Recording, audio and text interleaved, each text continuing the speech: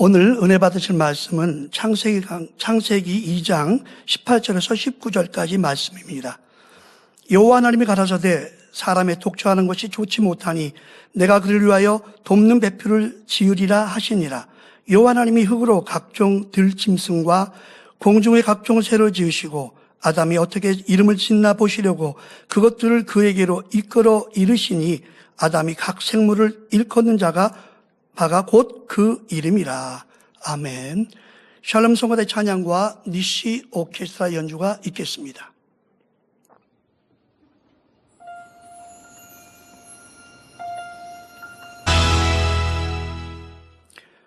올로 목사님의 설교 창세기 강의 64번째 성경적인 결혼관 제 말씀을 들으시겠습니다. 사랑하는 성도 여러분, 전 세계 및 전국의 지교회 성도 여러분, 지성전 성도 여러분, 전 세계 인터넷을 통해 예배 드리는 모든 성도 여러분, 지신 시청자 여러분, 창세기 강의 64번째 시간입니다. 지난 시간에는 하나님께서 아담에게 돕는 배필을 주시려는 계획을 처음부터 갖고 계셨음을 말씀드렸습니다. 하나님께서는 남녀가 만나 부부가 되면 서로 이해하고 돕는 아름다운 관계가 되기를 바라셨습니다. 그런데 마지막이 가까울수록 세상은 죄악으로 관영하여 부부 관계가 육적으로 변질되었습니다. 마지막 때는 생육하고 번성할 때가 아니요 주님의 재림을 기다리며 영적인 신부단장을 해야 할 때입니다. 그래서 신약 성경 곳곳에는 결혼하지 않는 것이 낫다고 말씀하셨지요. 네, 이 시간에는 지난 시간에 이어서 왜 성경에서 결혼하지 않는 것이 더 낫다고 하시는지 말씀드리겠습니다. 첫째 이유는 고린도전서 7장 28절에 나온 대로 결혼하면 고난이 있기 때문입니다. 그러나 장가가도 죄 짓는 것이 아니요 처녀가 시집가도 죄 짓는 것이 아니로되 이런 이들은 육신의 고난이 있으리니 나는 너희를 아끼노라 했습니다. 예나 오늘이나 부모가 딸을 시집 보내고 나면 하루하루 마음이 편치 않습니다.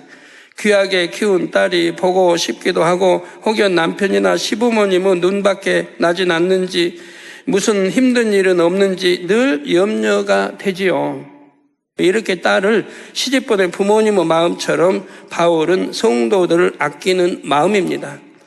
사랑하는 성도들이 결혼하여 받게 될 고난을 염려함으로 결혼하지 않는 것이 낫다고 권면한 것이지요. 결혼하지 않는 것이 더 나은 둘째 이유는 결혼하면 마음이 나뉘기 때문이라고 했습니다. 하나님께서 자녀들에게 자칭 원하시는 것은 하나님을 제일로 사랑하는 마음입니다.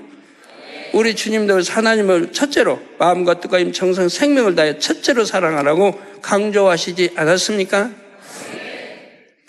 마태복음 22장 37절에 예수께서 가라사대 내 마음을 다하고 목숨을 다하고 뜻을 다하여 주 너희 하나님을 사랑하라 말씀하셨지요.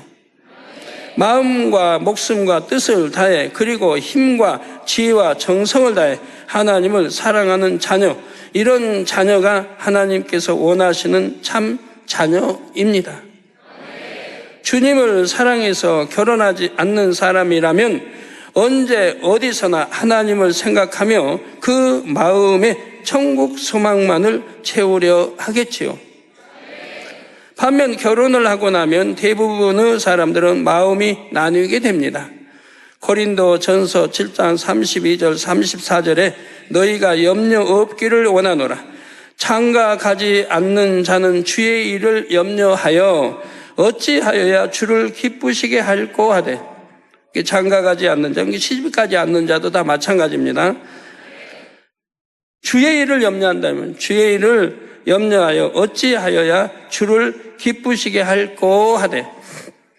장가가지 않는 자는 주의 일을 염려하여 어찌하여 주를 기쁘시게 할꼬 하되 장가간 자는 세상 일을 염려하여 어찌하여야 아내를 기쁘게 할꼬 하여 마음이 나누이며 시집가지 않는 자와 처녀는 주의 일을 염려하여 시집가지 않는 자와 처녀는 주의 일을 염려하여 몸과 영을 다 거룩하게 하려 하되, 몸도 거룩하게 또 영도 거룩하게 하려 하되, 시집간 자는 세상 일을 염려하여 어찌하여야 남편을 기쁘게 할꼬 하느니라 했죠. 그러니까 천국 세우삼에 가려면 어떻게 해야 된다는 답이 나오는, 그러니까 결혼하지 않는 것이 복되다고 사도 바울이 말씀한 거죠. 네, 세우삼 목적하고 가는 게 가장 큰 축복이니까, 마지막 때인데. 실제로 어떤 분들은 결혼 전에는 열심히 신앙생활을 했는데 결혼 후에는 변질되는 것을 봅니다. 사실 오늘날은 너무 많아요. 육적인 삶에 젖어들어서 기도를 쉬기 시작합니다. 그러면서 세상을 하나하나 취해 나가며 연단을 자초하지요. 이렇게까지 신앙이 변질되지는 않는다 해도 결혼하기 전과 후는 아무래도 차이가 납니다. 결혼 전에는 주님의 일만 생각할 수 있습니다.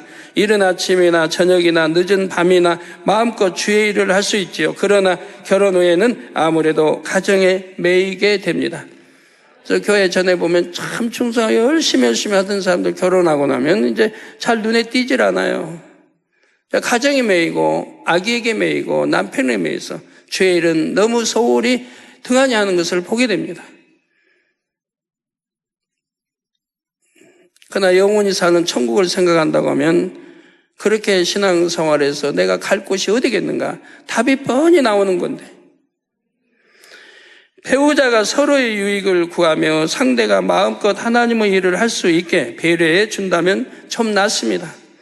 그러나 아무리 상대가 배려해 준다 해도 기본적으로 남편은 가정을 부양할 책임을 지게 됩니다. 또 아내는 남편과 가족을 섬겨야 할 책임이 생기고요. 저는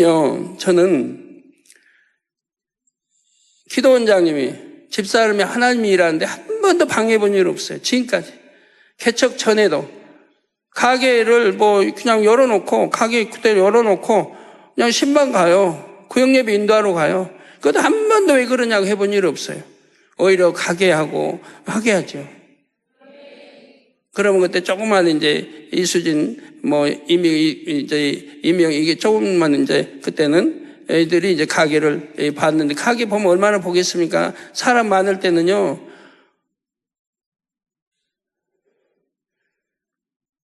그냥 서서 본대봐야 얼마나 어떻게 보겠어요. 그래도 그런 거 신경 쓰지 않았어요.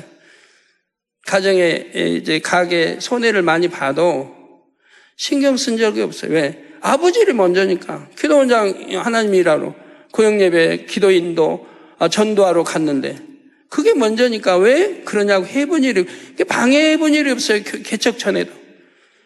개척에서는 더군다나 그렇죠. 힘껏 도와주죠. 아버지 일하도록 힘껏 도와줘요. 근데 기도원장도 마찬가지예요. 제가 하나님 일하는데 한 번도 방해해본 일이 없잖아요. 어떻게든 도와주죠. 그지만 제가 못하게 금하는 건 있어요. 나를 위해서 반찬 만들지 말라. 반찬 만드는 건 육이니까 그 시간 있으면 신방하든 기도하든 말씀 준비하든 하라. 저는 옛날부터 그거예요. 기도원장 반찬 솜씨 좋고 맛있게 잘하잖아요. 그래서 참 당회장 맛있게 해주려고 한 그는 감사하지만 기도원장은 능력이 있으니까 하나님이 일하고, 사택에는 자매들이 있으니까 자매 몫이니까 자매들이 반찬하고, 그 맛이 좀 덜하다 해도, 기도원장 맛만큼은 못 낸다 해도, 그래도 기도원장은 될 수 있으면 하나님이 일하도록 저는 그렇게 해왔어요. 저를 위해서는 하지 말라고 그랬어요. 그래서 그것도 전해보니까 서운케 말씀하대요. 당장님 좀 이렇게 잘 해드리고 싶은데 당장님 거절한다고. 왜요? 하나님이 먼저니까요. 저는 부부래도 하나님이라는데 절대로 방해해본 일이 없어요. 서로가. 이런 가정이라면 결혼해도 참 행복하죠. 서로가 도와주니까, 일 더 많이 도와주니까. 또 아내는 남편과 가족을 섬겨야 할 책임이 생기고요.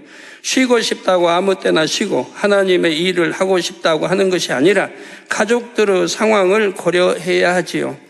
명절이나 휴가가 되어도 결혼 전에는 마음껏 자신을 재충전할 수 있고 원하는 대로 하나님의 일을 할 수가 있었습니다.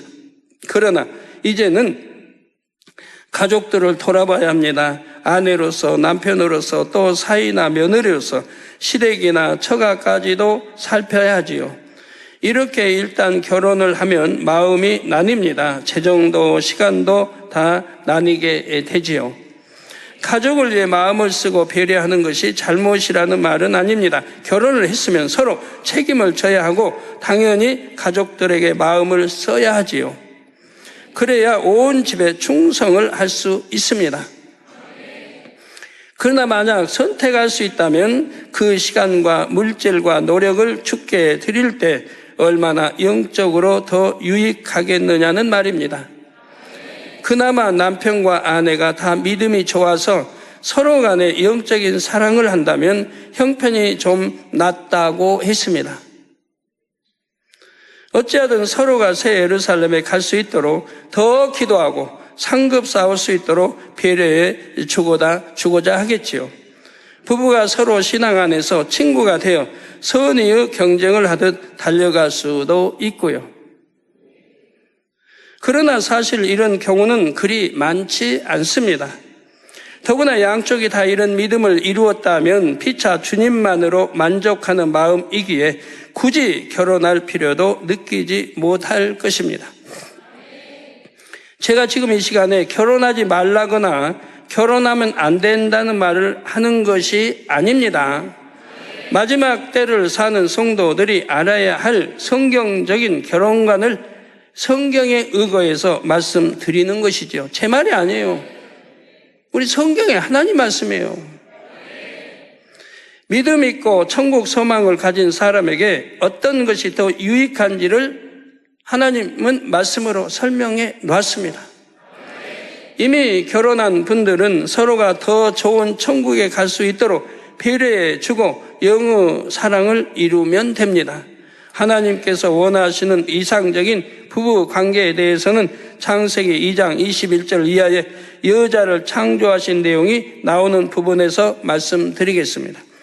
사랑하는 성도 여러분, 이제 본문 19절 전반절을 보시면 여호와 하나님이 흙으로 각종 들짐승과 공중의 각종 새를 지으시고 했습니다. 하나님께서 첫사람 아담을 창조하실 때는 친히 흙으로 빚으셨다 했지요.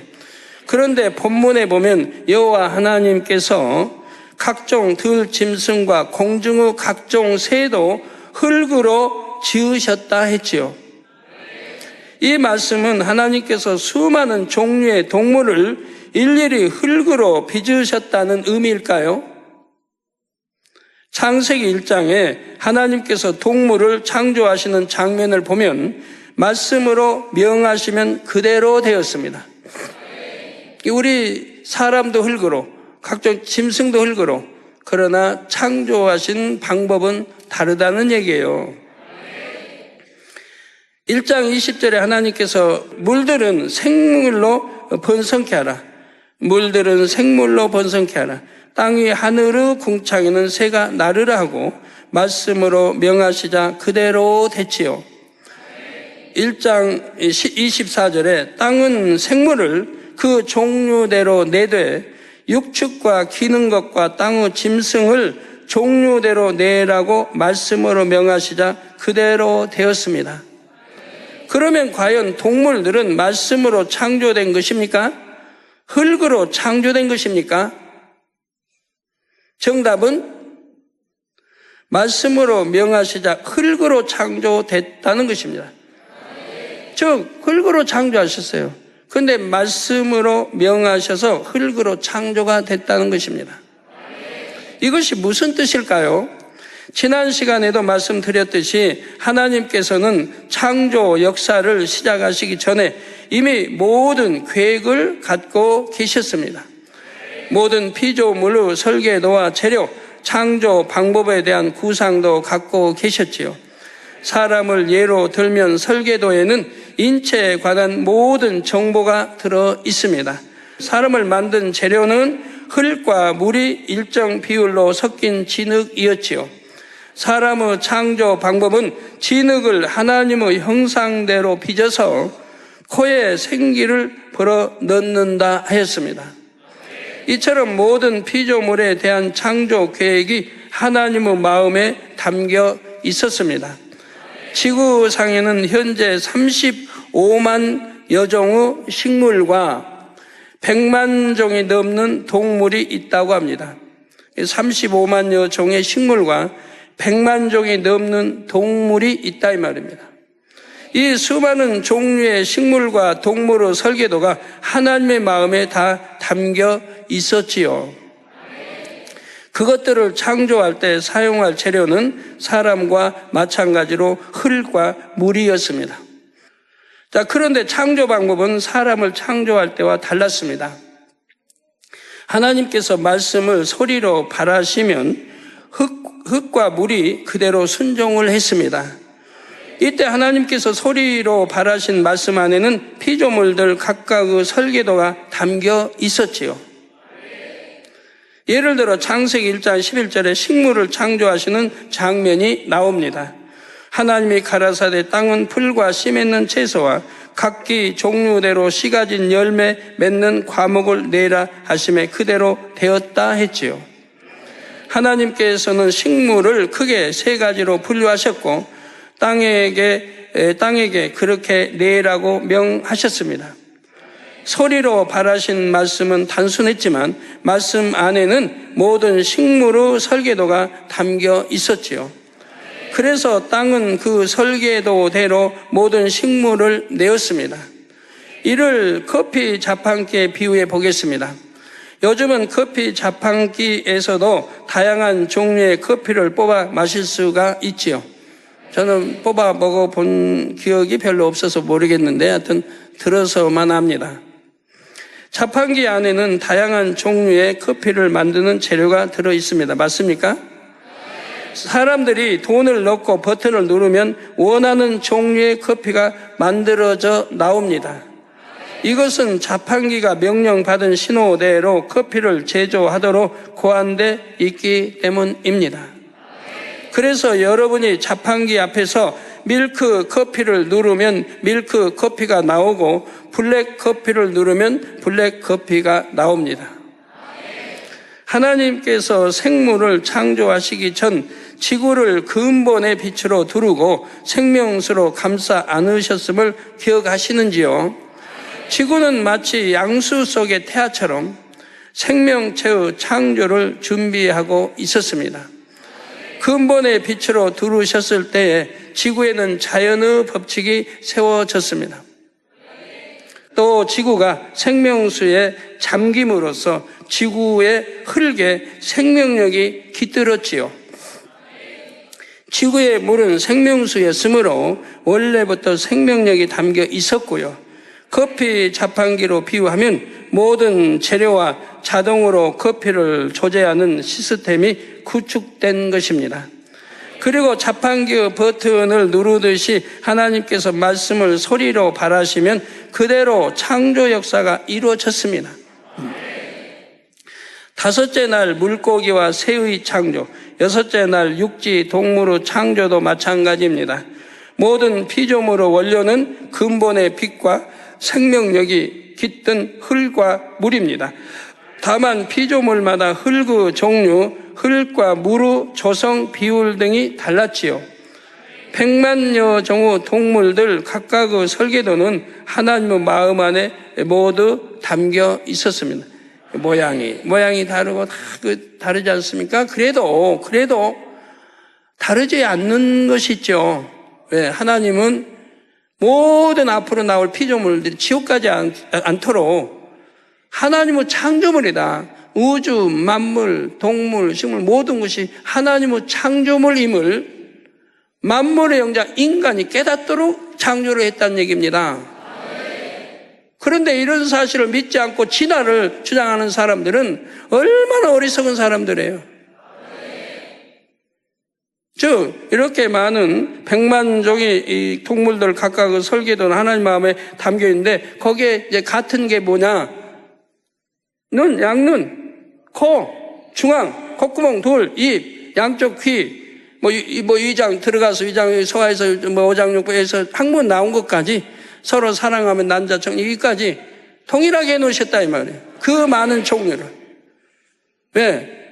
한 분, 유일하신 한 분, 창조자 한 분이라는 걸 알려주시는 거라면 이 하나님은 창조에 설계에 의해서 창조되어 나왔음을 명명팩팩 알려주는 거예요. 어느 누구도 변명하지 못하게. 그래서 노마술자에 나오지 않습니까? 나는 하나님 몰라서 못 믿었다고 심판날에 변명할 수 없다고 했습니다. 이런 자연에 이런 것만 보아도 창조자 하나님이 계심을 안다 이 말이에요.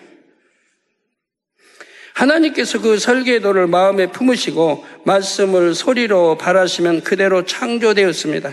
그래서 하나님께서 말씀으로 명하시면 흙으로 창조가 됐다고 설명한 것입니다.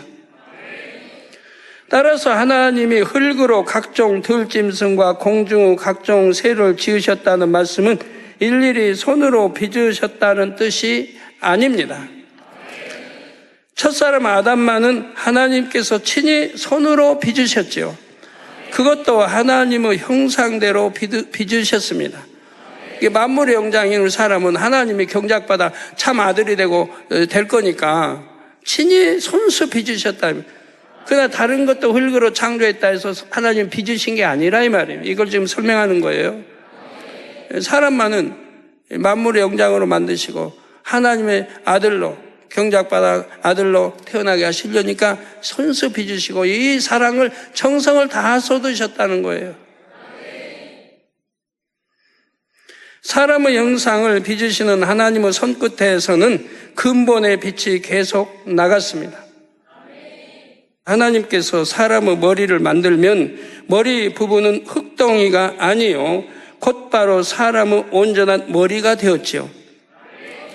머리에서 목으로 그리고 몸통, 팔과 손, 다리와 발에 이르기까지 하나님의 손에서 나가는 근본의 빛에 의해 사람의 온전한 신체로 바뀌었습니다.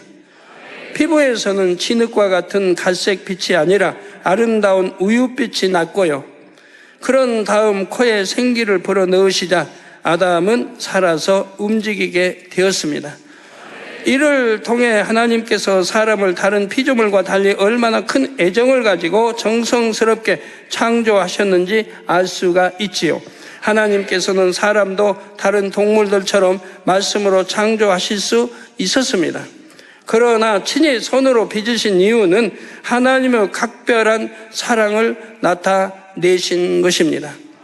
성도 여러분, 인간 경작이 끝나고 주님께서 공중에 강림하실 때에 잠자는 영혼들, 즉 구원받고 죽은 영혼들의 몸이 부활하지요. 영혼은 주님과 함께 하늘에서 내려오고 그들의 몸은 이 땅에서 부활하여 올라갑니다. 부활한 신령한 몸과 영혼이 도킹하여 부활체가 되지요. 이게 이 땅에서 이제 무덤에서 장사된 무덤에서 올라갑니다. 부활에 이제 이게 몸으로 부활에 올라가요. 그리고 하늘에 지금 영혼은 그대로 우리 주님 강림하실 때 같이 내려온다 이 말입니다. 그래서 올라가고 영혼은 내려오고 해서 공중에서 도킹한다 이 말이에요. 그 공중이 어디라고 설명했죠 옛날에? 공중이 어디예요? 눈에 보이는 공중? 아니면 어디예요? 예? 제2하늘 공중을 말합니다. 이때 오래전에 죽어서 썩음으로 형체도 없이 사라져 버린 몸이 어떻게 다시 부활할 수 있을까요? 하나님의 능력과 신성으로 가능합니다. 원래 사람의 몸을 조성했던 성분들은 분해되어 흙으로 돌아갔습니다. 흙으로 돌아가면 또 흙만 되겠어요. 오랜 세월이 들으면은 거기 비가 들어가고 빗물이 들어가고 하다 보면 빗물에 씻겨서 흘러서 강으로 바다로도 들어갔지요. 그런 것도 있을 거 아니겠습니까? 아니면 땅 속으로 그냥 빗물을 이렇게 해서 땅 속으로 해서 땅 속에 이렇게 있을 수도 있고요. 창세기 3장 19절 후반절에 하나님께서 아담에게 필경은 흙으로 돌아가리니 그 속에서 내가 취함을 입었음이라. 너는 흙이니 흙으로 돌아갈 것이니라. 말씀하신 대로이지요. 그렇다고 그 구성 성분들이 이 세상에서 사라진 것은 아닙니다. 흙으로 돌아갔을 뿐입니다. 그런데 부활 때가 되면 흙으로 돌아갔던 성분들이 하나님의 능력으로 한데 모여 부활의 몸을 조성하는 것입니다. 여러분, 하나님은 무엇이나 하실 수 있으니까 다 믿으시면 돼요. 에스겔 37장의 마른 뼈들이 군대가 되는 방식도 이와 같습니다. 5절 8절에 주 예수 여호와께서 이 뼈들에게 말씀하시기를 내가 생기로 너희에게 들어가게 하리니 너희가 살리라. 너희 위에 힘줄을 두고 살을 입히고 가죽으로 덮고 너희 속에 생기를 두리니 너희가 살리라. 또 나를 여호와인 줄 알리라 하셨다 하라. 이에 내가 명을 쫓아 대언하니 대언할 때 소리가 안 나고 움직이더니 이 뼈 저 뼈가 들어맞아서 뼈들이 서로 연락하더라. 내가 또 보니 그 뼈에 힘줄이 생기고 살이 오르며 그 위에 가죽이 덮이나 그 속에 생기는 없더라 했지요. 이 말씀은 비록 환상을 보고 기록하는 것이지만 부활 때 잠자는 자들의 몸도 이와 같은 방식으로 부활합니다. 뼈까지 완전히 분해되어 흙으로 돌아갔다 할지라도 다시 그 성분들이 모여서 뼈를 이루죠. 이게 모이라 하면 모인다 이 말이에요. 뼈야 모이라 하면 모이고 바다야 잠잠하면 잠잠하고 파도야 잠잠하라고 명하면 다 잠잠하더라 이 말입니다. 그런데 하나님은 뭘 못하시겠어요? 뼈에 뼈를 만들고 살을 다 명해 놓으시고 그대로 되어진다 이 말이에요. 그리고 죄종을 통해서 명하라 하신 거라 이 말이에요. 선지자를 통해서 명하라. 그리고 그 위에 힘줄이 생기고 살이 입혀지며 가죽으로 덮이면서 신령한 몸이 됩니다. 하나님께서 말씀으로 동식물을 창조하실 때도 바로 이 같은 방식으로 흙과 물이 조합되어 각각의 피조물이 생겨났다는 사실입니다. 사랑하는 성도 여러분, 에덴 동산의 동식물도 6일 창조 기간에 창조됐습니다. 에덴 동산에도 흙과 물이 있지요. 그 흙과 물이 원료가 되어 지구에서와 동일한 방식으로 에덴 동산의 동식물이 창조되었습니다. 에덴 동산에도 지구에서 볼 수 있는 온갖 종류의 들짐승과 새들이 있었습니다.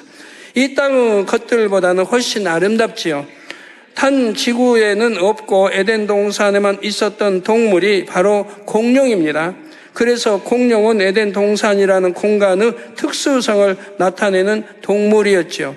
그런데 에덴 동산에는 지구의 흙으로 지어진 동물들도 있었습니다. 이게 지구의 흙으로 지어진 동물들도 있었다 이 말이에요. 하나님께서 아담을 지구에서 지으시고 에덴 동산으로 이끌어 들이실 때 아담과 함께 들이신 동물들이 있지요. 그 동물들은 근본 지구의 흙으로 지어졌는데도 에덴 동산에 잘 적응했습니다. 에덴 동산에서 지어진 동물들과 별 차이 없이 잘 살았지요. 아담도 지구의 흙으로 지어졌지만 에덴 동산에 잘 적응한 것처럼 동물들 중에도 그런 종류가 있었습니다. 이처럼 에덴 동산에는 지구의 흙으로 지어진 동물도 있고 에덴 동산의 흙으로 지어진 동물도 있었습니다. 그러나 외관상으로는 두 부류의 차이를 느낄 수가 없지요. 에덴 동산의 짐승들은 지금도 처음 창조되었을 때의 모습 그대로입니다. 종류마다 특색 있게 아름다운 외형과 온순한 성질을 가지고 있습니다. 반면에 지구의 동물들 중 일부는 아담의 범죄 이후 많이 변형됐지요. 지구에 악이 들어옴으로 인해 외형이 험상궂게 변하고 성질은 거칠고 사납게 바뀐 것들이 있습니다. 한편 지구와 에덴 동산뿐만 아니라 셋째 하늘의 천국에도 동물들이 있습니다. 하나님께서는 천사나 구름처럼 천국의 동물도 말씀으로 창조하셨지요. 천국은 온전한 영의 세계이기 때문에 동물들도 흙으로 만들 필요가 없었습니다. 단 각기 고유한 형태를 가진 영체를 입게 하셨지요. 천국의 동물은 에덴 동산의 동물과 비교할 수 없을 정도로 아름답습니다. 그럴 수밖에 없는 이유는 지구, 에덴 동산, 천국은 차원이 다른 공간들이기 때문입니다. 하늘들은 각각 공간의 특수성이 있습니다. 빛이 다르고 영적인 속성의 밀도가 다르지요. 따라서 동식물뿐만 아니라 각 공간에 존재하는 모든 것도 차이가 난다는 사실입니다. 보석이나 꽃을 첫째 하늘에서 볼 때와 둘째 하늘에서 볼 때, 셋째 하늘에서 볼 때 각각 빛깔과 느낌이 다릅니다. 결론을 말씀드립니다. 사랑하는 성도 여러분, 이 시간에는 성경적인 결혼관과 하나님께서 지구와 에덴 동산의 동식물을 어떻게 창조하셨는지 말씀을 드렸습니다. 마지막 때를 살아가는 성도들은 무엇보다도 영이신 아버지 하나님을 닮은 영의 마음, 거룩한 마음을 이루는 것이 삶의 최우선이 되어야 합니다. 그래서 우리가 어떠한 때 살고 있는지 한 가지 비유를 들고 말씀을 마무리하겠습니다. 창세기 1장에서 살펴본 대로 지구가 먼저 창조됐고 꽤 시간이 흐른 후 6일 창조 역사가 있었습니다. 아담은 6일 창조 중 6째 날 창조됐고 에덴 동산에서 무수한 세월을 지냈습니다. 아담이 범죄하여 지구로 쫓겨나면서부터 인간 경작이 시작됐지요. 하나님께서는 인간 경작의 기간을 6,000년으로 정하셨습니다. 그런데 과학자들은 지구의 나이가 약 45억 년 됐다고 말합니다.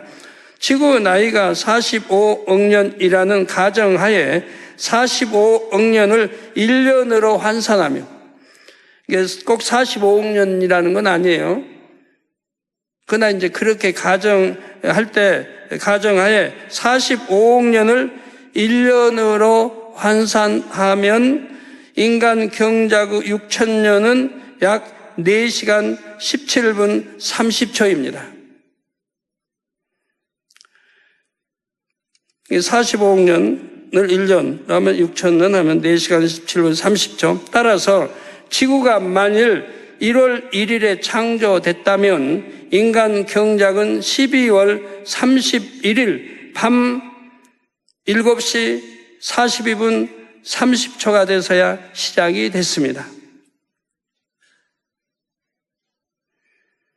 인간 경작은 12월 31일 마지막 날 밤 7시 42분 30초가 돼서야 시작이 되었다면, 그리고 인간 경작의 기간이 거의 찬 지금은 12월 31일 밤 11시 59분 59초도 지난 시점이지요. 무슨 말인지 이해가 되고 있습니까? 인간 경작의 기간이 거의 찬 지금은 12월 31일 밤 11시 59분, 그러면 1초 남았죠? 59분 59초. 59초는 이제 1분 남았죠. 59분이니까. 그런데 거기에서도 59초도 지난 시점이라 이 말입니다. 주님의 공중 강림이 1초도 안 남았습니다. 1초도 쪼개야 돼요. 100분을 이렇게 쪼개가지고 나눠야 돼요. 그 시점에 우리가 전하 여러분이 살고 있다는 거예요. 그러니까 정신 차리지 않으면 안 돼요. 그리고 어떤 분들이 나는 이렇게 죄를 짓다가도 어느 때는 회개하겠지. 내가 돌이키려고 이렇게 하니까 어느 때는 돌이키겠지. 내가 회개할 거야. 하지만 그건 절대 불가능한 일이에요. 회개 못해요. 왜 하나님이 회개용도 안 주는데 죄도 한 번도 아니고 거듭거듭 쳤는데 어떻게 회개를 해요? 인간 스스로는 못해요. 하나님이 주시지 않으면 못해요. 근데 하나님은 진노케 하고 사망의 죄를 짓고 또 쫓을 건데 하나님이 회개용 주시겠습니까? 더군다나 그 원수마귀가 회개해가지고 구원받게 하겠습니까? 회개 못하는 거예요. 그래서 주님의 공중 강림이 1초도 안 남았습니다. 이러한 시점에 우리가 살고 있습니다. 에베소서 5장 15절 16절에 말씀합니다. 그런즉 너희가 어떻게 행할 것을 자세히 주의하여 지혜 없는 자같이 말고 오직 지혜 있는 자같이 하여 세월을 아끼라 때가 악하니라 말씀하셨지요. 그러므로 자신에게 주어진 모든 시간을 일생에 다시 얻지 못할 기회처럼 소중히 여기며 영으로 온영으로 나오는 데 집중하시기를 주님의 이름으로 축원합니다. 들으신 말씀을 생각하시면서 기도하시겠습니다. 아버지 하나님, 생명의 말씀 주심에 감사를 드립니다. 주님께서 곧 오실 마지막 때를 살아가는 성도님들은 무엇보다도 영이신 아버지 하나님의 마음을 담아 영의 마음, 거룩한 마음을 이루는 것이 삶에 우선되어야 하며, 세월을 아끼라 말씀하시며 때가 악하라 말씀하신 모든 말씀 속에서 자신에게 주어진 모든 시간을 일생에 다시 얻지 못할 기회처럼 소중히 여기며 영으로 온영으로 나오는데 집중하여 신부단장을 잘하여 주님을 맞이할 수 있는 저희가 될 수 있도록 역사해 주옵소서. 감사하며 우리 주 예수 그리스도의 이름으로 기도하옵나이다. 아멘. 올로 목사님의 환자를 위한 기도를 받겠습니다. 아픈 곳이나 연약한 곳에 손을 얹고 기도받으시고, 아프지 않으신 분들은 가슴에 손을 얹고 마음의 소원을 위해 믿음으로 기도받으시기 바랍니다. 할렐루야. 전능하신 사랑의 아버지 하나님, 이 시간 기도받는 모든 성도님들 위해 안수하여 주옵소서. GCN과 인터넷과 화상을 통해 기도받는 지교회와 지성전, 그리고 전 세계 하나님의 자녀들 위에도 시공간을 초월하여 역사하여 주시기를 원합니다. 믿어지는 믿음을 주시고 부정적인 생각과 의심의 세력을 물리쳐 주옵시며 모든 시험 환난도 물리쳐 주옵소서. 머리부터 발끝까지 오장육부, 뼈, 마디마디, 온몸의 신경, 조직, 세포 등 아픈 곳마다 성령의 불로 태우시고 근본의 빛으로 역사하여 주옵소서. 예수 그리스도의 이름으로 명하노니 원수마귀 사단 모든 질병, 균, 연약함아 물러가라. 빛이 여임하라. 모든 불치, 난치병도 성령의 불로 태워 깨끗하게 역사하여 주옵소서. 말라리아를 비롯한 모든 풍토병도 물리쳐 주옵소서. 감기, 기침, 열, 몸살, 독감 등 각종 유행성 질병도 다 물러가라. 어떠한 유행성 질병, 균도 틈타지 않게 지켜 주옵소서. 위암, 폐암, 간암, 유방암, 자궁암, 대장암, 피부암 등 각종 암과 에이즈, 백혈병, 뇌졸중, 고혈압, 저혈압, 심장병, 폐병, 위장병, 당뇨, 부인병, 피부병, 갑상선 질환과 모든 염증도 깨끗게 하여 주옵소서. 소아마비, 중풍, 관절염, 디스크도 온전케 하여 주옵소서. 요통, 두통, 신경통을 비롯한 모든 통증은 사라질지어다. 간질, 자폐증, 우울증, 조울증, 노이로제 등 모든 정신질환도 물러가라. 모든 마비된 것도 풀어지고 일어나 걷고 뛸지어다. 눈도 잘 보이게 하옵시고 귀도 잘 들리게 하여 주옵소서. 소경은 눈을 뜨고 기머거리는 들으며 벙어리는 말할지어다. 각종 사고, 후유증도 깨끗게 하시고 부러진 뼈도 붙여 주옵소서. 화상 입은 것도 온전케 하옵소서. 화기야 물러가라. 열도 물러가라. 아버지 흉터도 나지 않게 역사해 주시기를 원합니다. 마약을 비롯하여 각종 약물과 독극물 중독도 깨끗함을 입을지어다. 죽은 신경과 세포가 살아나며 죽은 자도 살아나게 하여 주옵소서. 잉태의 축복도 주시기를 원합니다. 잉태 축복을 받으라. 예수 그리스도의 이름으로 명하노니 원수마귀 사단아 하늘 공중 곳에 잡은 악의 영들아 물러가라. 그의 사자들도 물러갈지니라. 이 땅의 악한 영, 더러운 영, 거짓되고 간사한 영, 이간질하고 미혹하는 모든 어둠들은 물러가라. 모든 흉악의 결박을 풀고 어둠아 물러가라. 빛이 여임하라. 아버지 하나님, 부르짖어 기도할 수 있는 능력을 주시고 죄를 버리고 성결될 수 있는 능력을 주옵소서. 영혼이 잘됨같이 범사에 잘되게 하시고 가정의 복음화도 이루어 주시기를 원합니다. 한 주간도 모든 사고와 재앙으로부터 지켜주시고 불통이 없는 형통한 삶을 살 수 있도록 축복해 주옵소서. 성령의 불담으로 천군 천사와 주님의 불꽃 같은 눈동자로 모든 하나님의 자녀들과 가정, 일터, 사업들을 지켜주시기를 원합니다. 학생들에게 지와 명철을 더하시고 공부도 할 수 있는 뜨거운 마음과 열정도 더하여 주옵소서. 마음과 생각을 세상에 빼앗기지 않도록 지키시고 하나님을 뜨겁게 사랑하는 학생들로 축복하여 주옵소서. 하나님의 자녀들이 먹으나 마시나 입으나 무엇을 하든지 하나님 앞에 영광 돌리는 삶이 되게 축복하여 주시기를 원합니다. 나는 하나님을 만났노라, 체험했노라, 응답 받았노라, 축복 받았노라, 간증하는 입술이 되게 역사하여 주옵소서. 아버지 하나님 감사합니다. 홀로 영광 받으옵소서. 우리 주 예수 그리스도의 이름으로 기도하옵나이다. 아멘.